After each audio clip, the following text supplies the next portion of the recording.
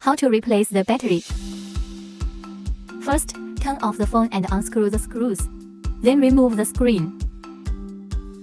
Afterwards, remove the other accessories. Remove the adhesive strip. Before removing the battery, take out our original Apple battery kit. First, tear off the protective film, and then put it all on.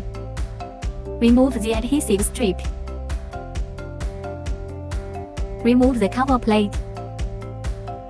Install all other components back.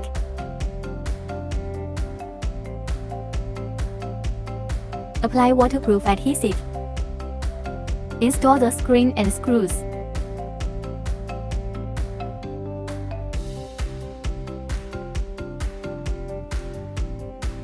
Let's turn it on first. Connect to the server and replace the battery. Click on About this machine. Display it as a genuine battery is complete.